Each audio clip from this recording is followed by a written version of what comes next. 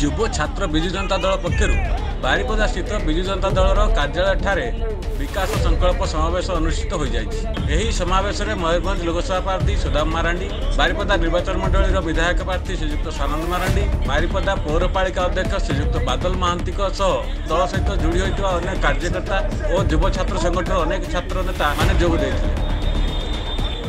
समस्त युव बंधु माने प्रतिश्रुति देइछंती षष्ठ थर पर ओडिशार प्रिय मुख्यमंत्री नवीन पट्टनायक को निर्वाचित करने, नवीन पट्टनायक को मुख्यमंत्री करने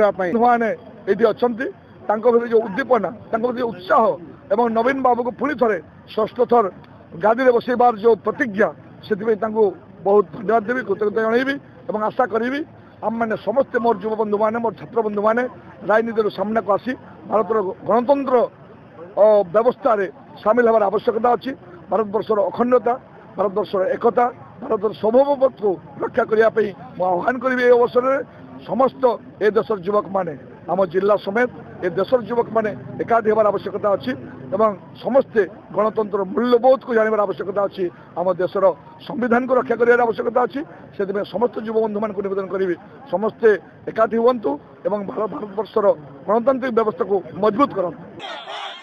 तेबे यही समावेश में शह शह संख्यार युवक युवती अंशग्रहण करते। बारिपदार अभिषेक खुंटिया, सीधा संवाद।